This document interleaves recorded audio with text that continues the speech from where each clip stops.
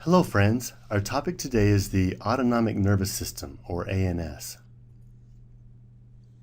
Remember that we have one nervous system that can be divided into the peripheral nervous system and the central nervous system.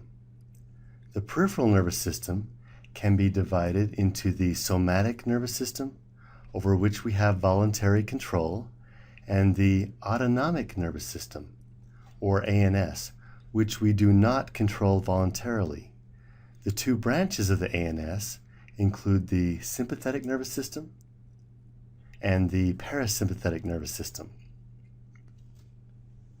Please also remember that the sympathetic nervous system is very active during a fight or flight response, and the parasympathetic nervous system is more active during conditions of rest and digest.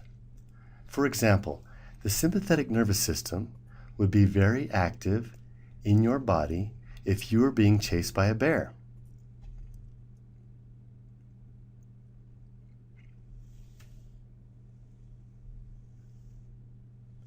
In contrast, the parasympathetic nervous system is more active in your body when you are sitting on the couch, relaxed, digesting your food, and watching TV like Homer Simpson.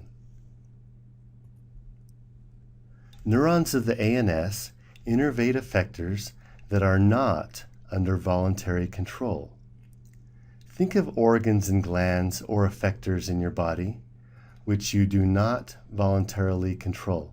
Some examples of effectors innervated by the ANS are the heart, the smooth muscles of the bronchial tubes and GI tract, smooth muscles lining the blood vessels, and glands.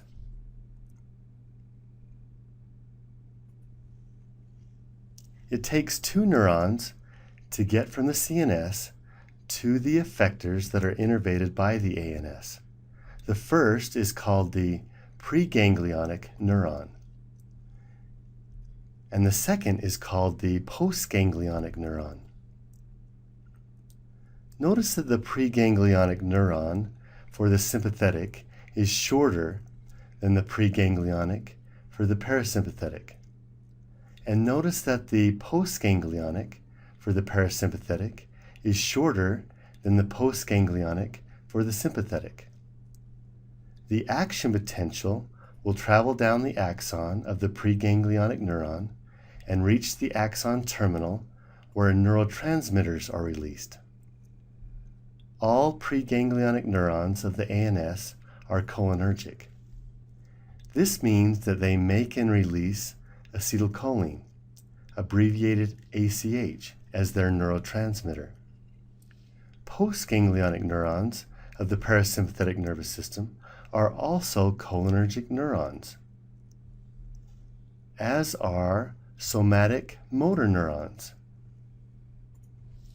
that innervate skeletal muscle. The postganglionic neuron of the sympathetic nervous system is called an adrenergic neuron. This means it makes and releases norepinephrine. Cholinergic receptors for acetylcholine are located in several places. They are found on the dendrites or cell bodies of the postganglionic neurons of the ANS. These cholinergic receptors are called nicotinic 2 or N2 receptors. The cholinergic receptors located on effectors innervated by the parasympathetic nervous system are known as muscarinic or M receptors.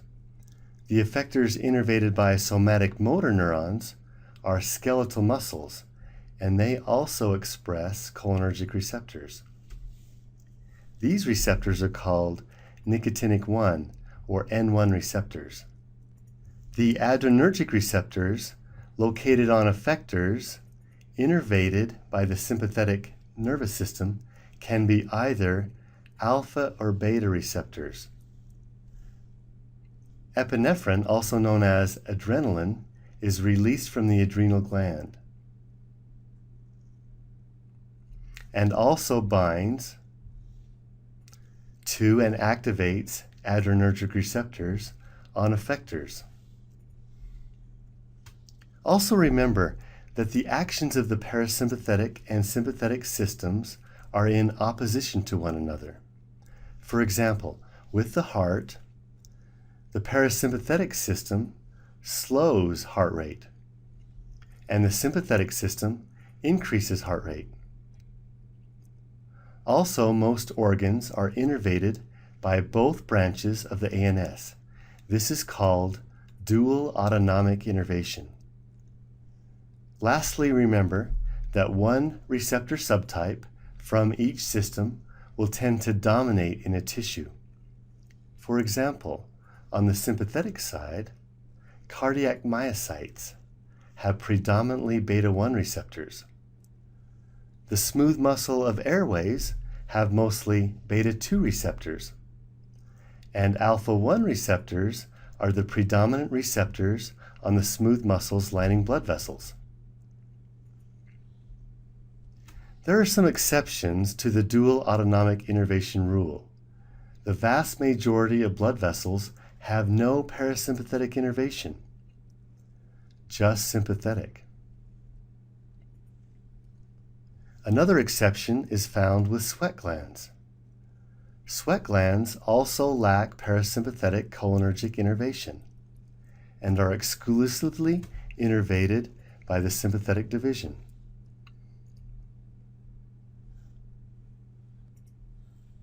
Postganglionic neurons of the sympathetic division that innervate glands responsible for generalized sweating are cholinergic and therefore secrete acetylcholine.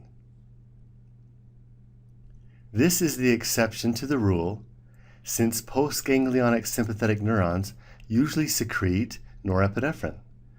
After it's released from the postganglionic cell, acetylcholine crosses the neuroeffector junction and binds to muscarinic receptors expressed on glands for generalized sweating that are important for body temperature regulation. Localized sweat glands are activated with stress and are those located in the palms, soles, genitalia, and armpits and express alpha-1 receptors, which respond to norepinephrine.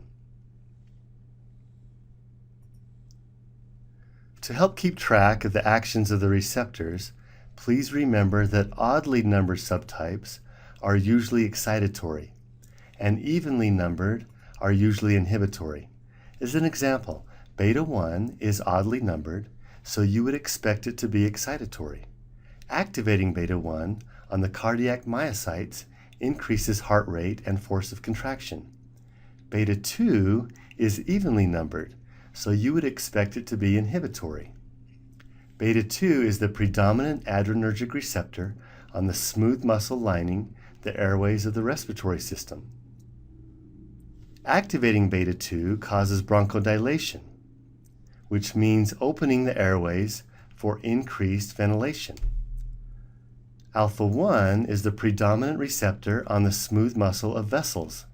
Activating alpha-1 causes an excitatory effect and results in contraction of smooth muscles, resulting in vasoconstriction and an increase in blood pressure.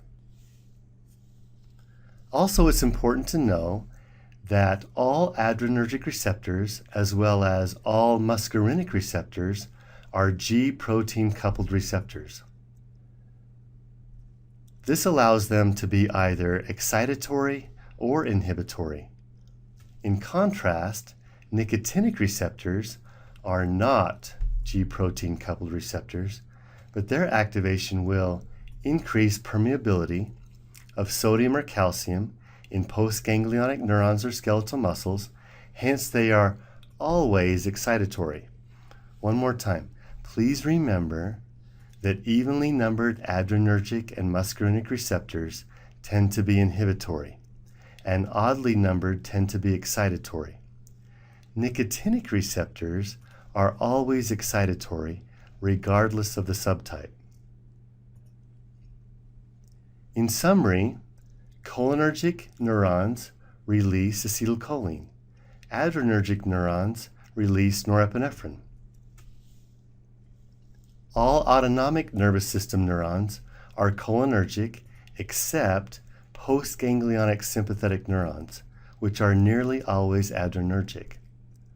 Lastly, please take a moment to review the cholinergic and adrenergic receptors and their respective locations.